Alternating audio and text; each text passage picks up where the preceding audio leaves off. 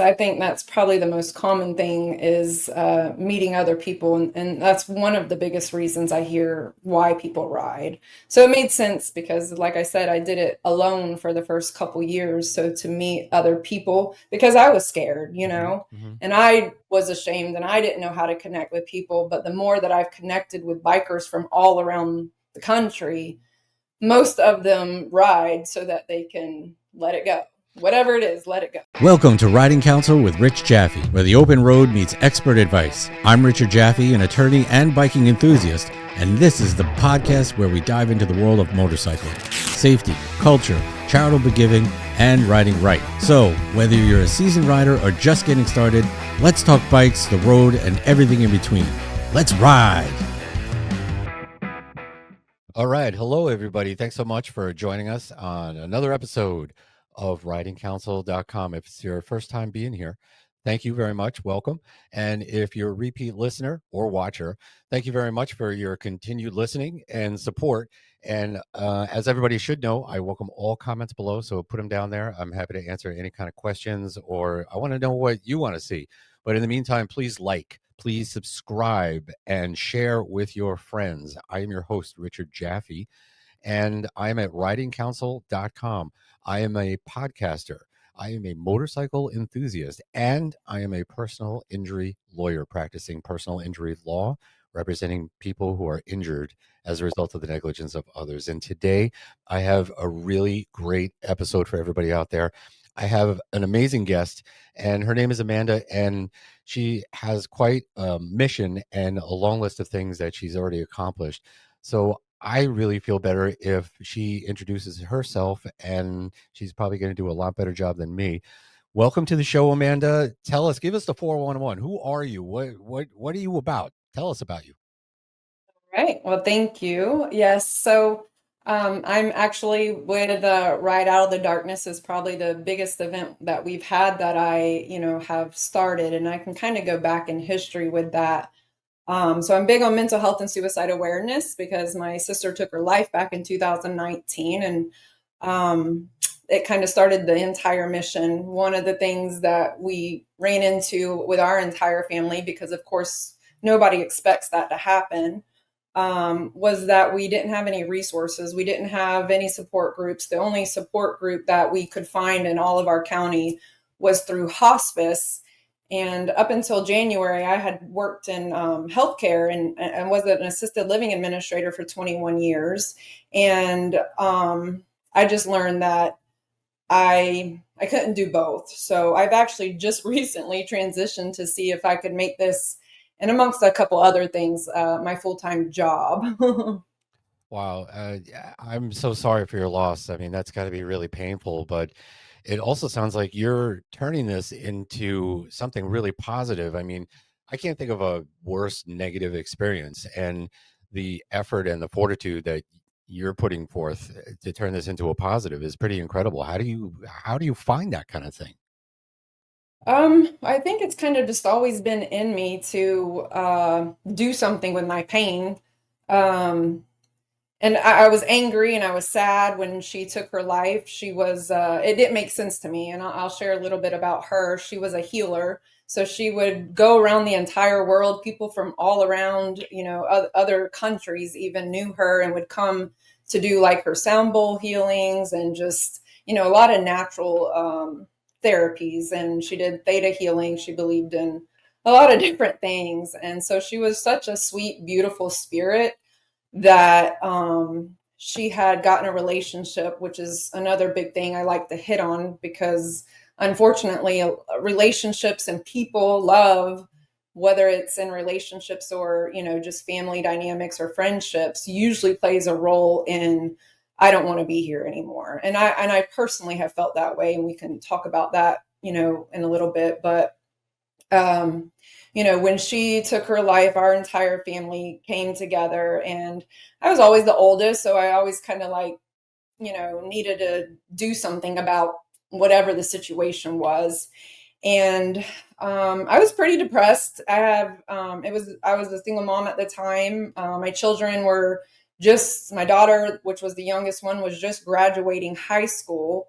3 weeks after that happened. So it's kind of like just welcome to adulthood, and I'm going through, them moving out, should they move out, to my daughter and my son, having their own troubles with all of this. This episode has been brought to you by Writing Counsel. Don't forget to visit us at writingcounsel.com. So a year kind of went by, and I did find beautiful women that actually played a big role in my life, from the spiritual aspect and just other aspects. And one of the things that came up that very first year after she passed, that was April 2nd of 2019, that coming September, October, was the American Suicide Foundation walk. And so we participated in the walk as a family. That very first year, we raised a little over $50,000. And we did that for the next couple years. But one of the things that happened is that we didn't, and I believe they absolutely used the money for whatever, but locally, I didn't know where that was going. I didn't feel like I was still personally helping people. So and then I met other people that rode. I had never rode in my life. I had always been a backpack. And my current husband, who I was dating at the time, actually, we kind of went different ways back around the end of 2019, 2020, because I met him and he introduced me to riding. And so a few months later, we both kind of went separate ways because I'm dealing with my sadness and depression, and I'm a sad individual. And then he was 25 years in the Army, and just had retired around the exact same time. So he was adapting, going from a command sergeant major who did 14 tours overseas and has spent his entire life at war. Um, and they, I'll add this because this plays a role in the mental health world, and we have to combat that all the time. Is he was on a bunch of narcotics and Ambien and things to sleep that the doctors prescribed him. So he had to go through his own little thing with trying to get off of that. Point is, he introduced me to riding, and so I decided, I think it was January of 21, I'm going to go get my own bike and I want to ride myself. So I did, and I got myself a little sporty, which lasted like 6 months before I upgraded to a street glide. um, but those first 6 months of riding, and I was alone a lot. I learned to ride by myself a lot because I live out in the country, and I would just every single day get home from work, go riding, get home from work, go riding. The kids had moved out. So then one day I was in my garage and I had just came in from riding, and I leaned up against my car, and something, you hear that little voice, that little conscious sometimes that creates some sort of crazy idea. And the idea was to come up with a ride. I'm lonely, I'm hurting, I'm going through my own mental health struggles now because of my sister, who, and I believe this, when someone passes with suicide, her pain was just redistributed to me and the entire family and everyone that loved her across the world. So now I'm only not dealing with my pain. I'm dealing with, I feel like parts of her pain along with everybody else. So I had that idea, and I contacted, just some of my family that I knew rode. And so our very first little ride, and that was actually during COVID. So the walk, the big American Suicide Foundation walk, was canceled, which is another reason I was like, well, then let's just ride, because can't catch COVID riding our bikes. Let's do this. And there was about 25 of us that got together, and that was year one, which probably isn't documented on websites and stuff because it was just like our family. So I never counted that as, the first annual Ride Out of the Darkness. And this upcoming one, October 4th, will be the 5th year. So we've done a lot of growing. Anyway, so that's kind of how the ride began. And then, of course, through that, TikTok came out around that same time. And I was like, those 360 cameras came out. I'm lonely. I have nothing else to do. Let me make videos and post and just see if I can bring some positivity to the world regarding, mental health, and see if maybe I can just inform people about this ride.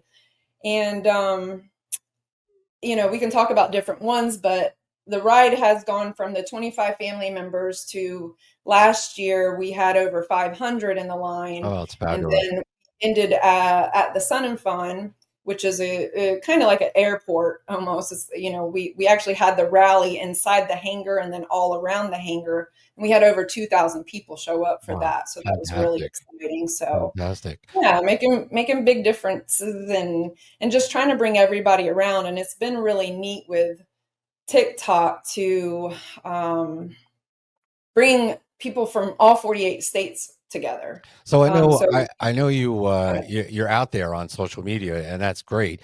But I just want to introduce the actual fundraiser that you're doing, and it's called Ride Out of the Darkness. Is that right?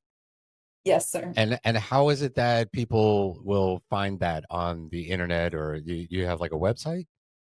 Yes, so we just actually revamped the entire thing because I've been doing this by myself for the last 4 years.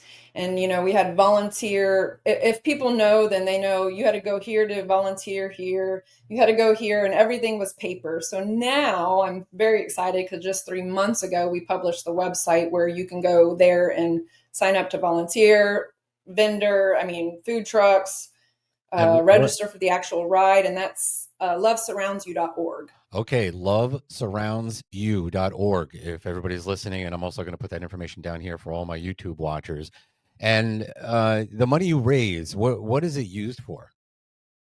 Well, so the very first few years, we actually just donated all of it. I didn't know what else to do other than I want to make sure, we're giving it. So I would give half of it to the American Suicide Foundation, and then we would find a veteran organization to give the money to. And then this last year, we decided to hold some back, and the year before we held some back for actual scholarships. So that's probably what we're excited about most is, and we already have started it. I would obviously like to, accumulate more so I can offer more. But basically right now we're just doing the six sessions, and the part of the rally and meeting people from all the different 48 states is my goal is to create a network of vetted people that I have became in contact with, whether it be from the spiritual side, the one-on-one therapy, maybe someone wants yoga sessions, maybe they need Reiki, I mean, just anything and everything that might help somebody feel better. I want to call those my resources. Yeah. And so those resources, once I get that phone call that, hey, I need help, um, I'm not specifically the resource right now, so I would love to refer out. So that's another thing we're doing is building that network. Yeah, that's fantastic. I think you hit on a really important issue, which is that there's not enough resources out there. I mean, I think we're just in this decade, we're just starting to scratch the surface of how important mental health is to people and how many suicides can be prevented. And I think you're really doing a good job to get the word out there and actually doing something about it, which is fantastic. Thank you. And it's also really nice to hear that you ride, and I'm so happy to hear that. What I know for me, right? I ride. I have a road glide, and it's so hard to describe what riding means to me, what it's like. And the best way I could do it is kind of say like it's a cross between flying in an airplane alone and also riding on a horse, and I just I appreciate nature. It brings me closer to God. But what is it to you? What is motorcycle riding all about for you? Oh, it shuts my brain down. I did about a year and a half ago go from the street glide to a lowrider ST. So one, I love speed. I also have a Hellcat, so I there's something inside of me that just loves to go fast, and it quiets my brain down when I do. And then just the freedom, and I'll ride with my husband. We got married back in 22 and 2022, and I never wore a helmet the first couple years I rode, and then he's part of a military motorcycles club with the infidels, and so he was like, nope, you're wearing a helmet. I felt constrained. I'm like, this is not freedom. Now, I will say today, after watching a lot of accidents and a lot of things happen, I do wear a full face helmet. And I do believe, it's 97 degrees here in Florida today. Right. So it's just hard sometimes. Yeah. So right. But it's Let's. just freedom in every kind of way, whether I'm on the back, which is like learning to let go of control for me. But then when I'm riding my own, it is control, but it's like I just get to be free. It sounds like, first of all, let's be clear. You are in Florida, so there's a helmet law, but the helmet law says that you don't have to wear a helmet, right? But you do have Correct. to wear eye protection. You always have to wear eye Yes. protection, right? So just to be Yes. clear. But it sounds like motorcyclists, bikers, they support your efforts in such a way. Can you talk a little bit about what role motorcyclists play in your organization? Yes. So I first, because when I got into the motorcycle world, I met, the regular motorcycle riders, the ones that you meet at Harley or the Hog chapter, to all the different motorcycle clubs and the riding clubs. And I slowly learned that, some of them get along, some of them don't. Like, I don't care about any of that. This ride and how I've made it clear is that it's for everyone. And it's been very beautiful to me to watch, different motorcycle clubs and riding clubs and individuals come from all around to make this happen. The biggest motorcyclists that really get on board and it gets exciting is the travel train I was telling you about. So, My Turn Moto is what Mari is on TikTok and other social media. And I met her a few years ago. She's been to my house. She's walked the park that me and my sister have walked with. Like, she was in North Carolina. I met her on TikTok, and she came here to like see what this was. And so for the last couple years, we've had, and she and I have made it such a known nationwide event that we last year had people come from California, Wyoming, Maine. I mean, they really did come from all around, stopping at Harley dealerships and looking for the hotels along the way. And this past year is really awesome because it was literally in the middle of the two hurricanes that happened. We had one hurricane that they actually had to ride through, which was amazing. And it was so meaningful to see bikers that, if people don't ride, there's a certain perception sometimes. But when I looked at these people, they literally rode from California, Maine, and Wyoming, and all these different states to go into the storm. I always get emotional about that part. Yeah. Yeah. They drove into the storm to ride with people out of the storm, Isn't that So crazy? it was pretty Yeah. cool last Yeah, year. that's very well put. I forgot his name. I want to say his name is like Two Knuckles or something like that. He's out west Mickey Tuna. somewhere. Yeah, Mickey Knuckles. Yeah, Yes. Mickey Knuckles. That's it. Mickey Knuckles. Okay, and I'm gonna tag him too. But I Yeah, remember I just tagged him watching in him. one yesterday. Yeah, I remember watching, him. He was, making TikToks as he was driving. I mean, it was incredible. I was just so blown away by the devotion these bikers had and, what it meant to them. And, you need some credit too because, you really helped put all this together. So hat tip to you.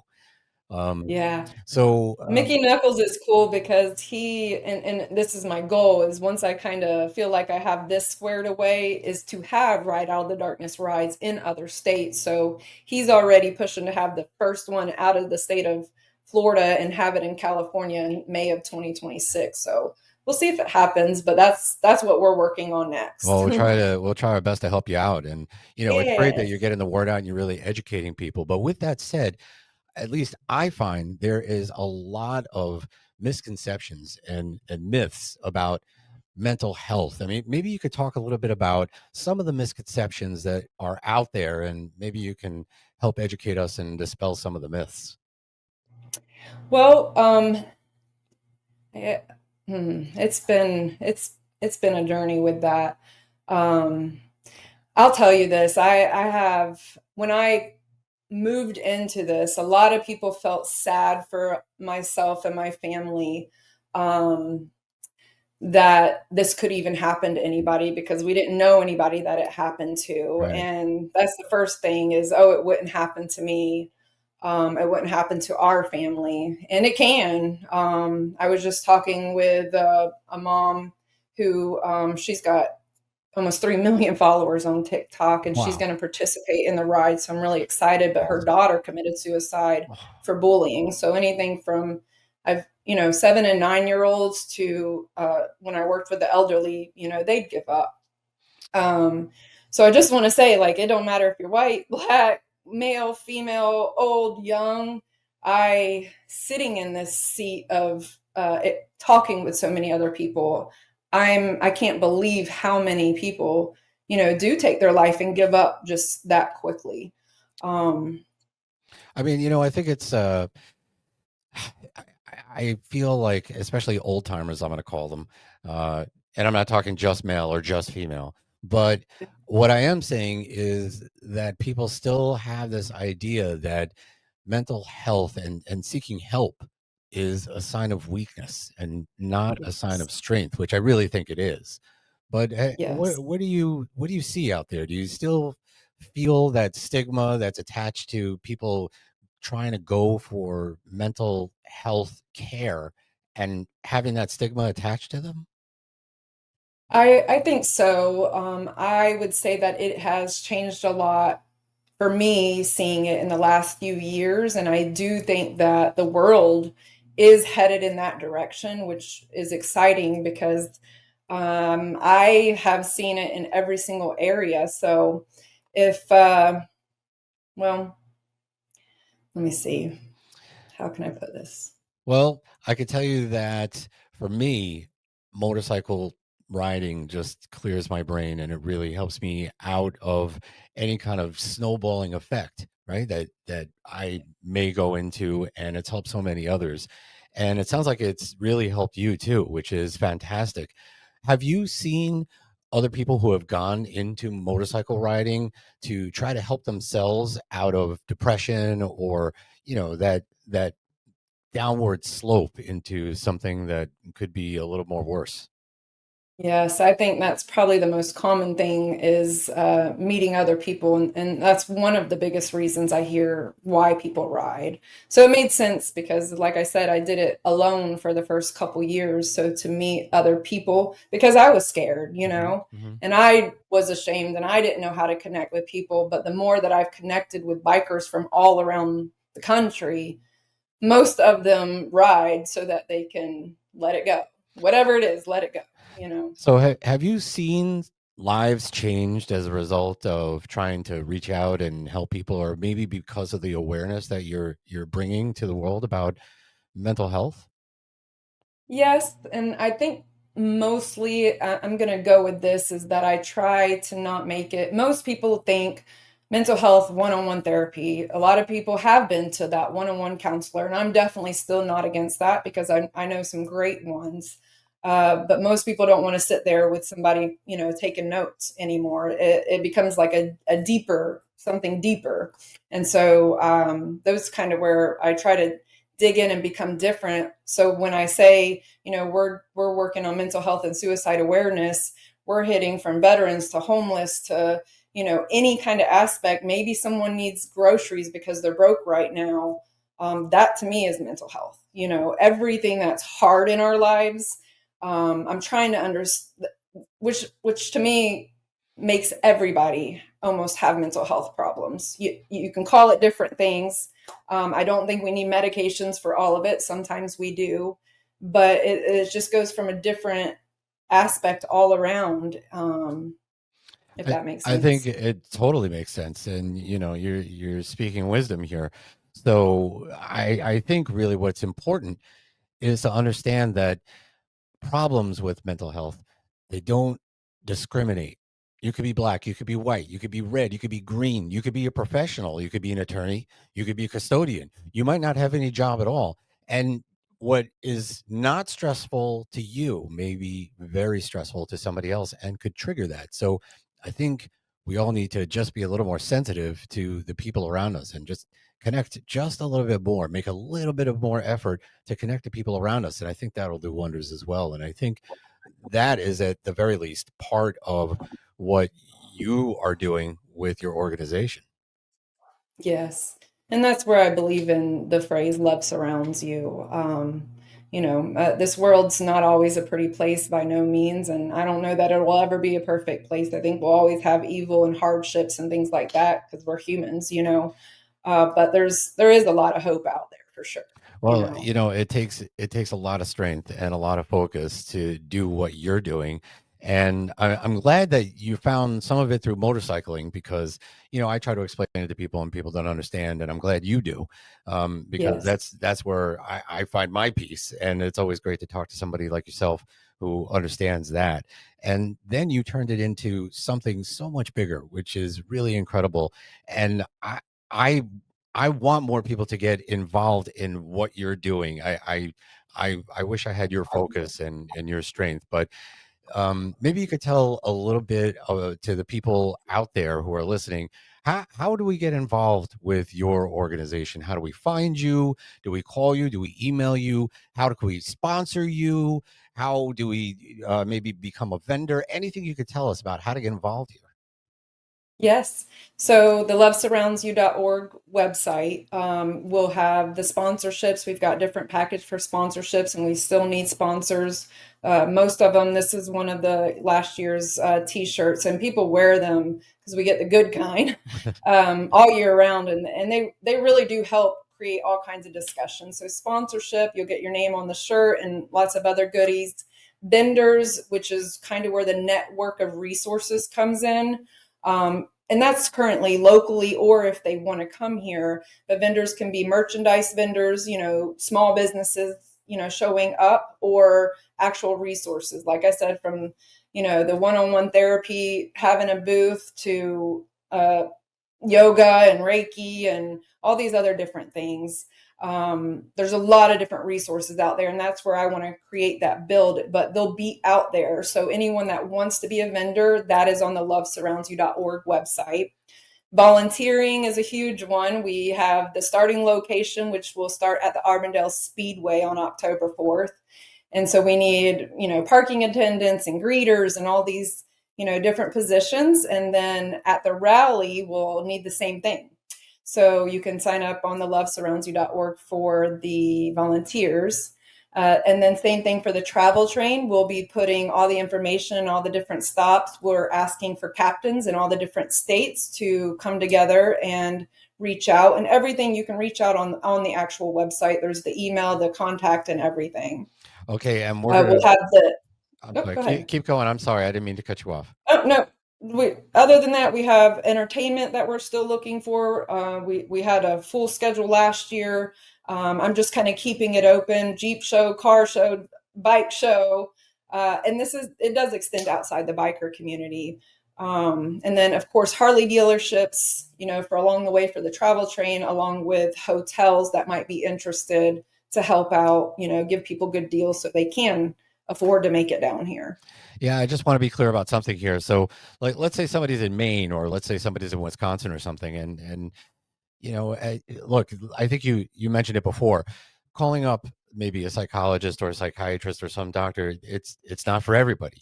So, they may need some resources that you may be able to connect with. So it doesn't matter really what state they're in or where they are in the country. They can always get in touch with you and you can help, right?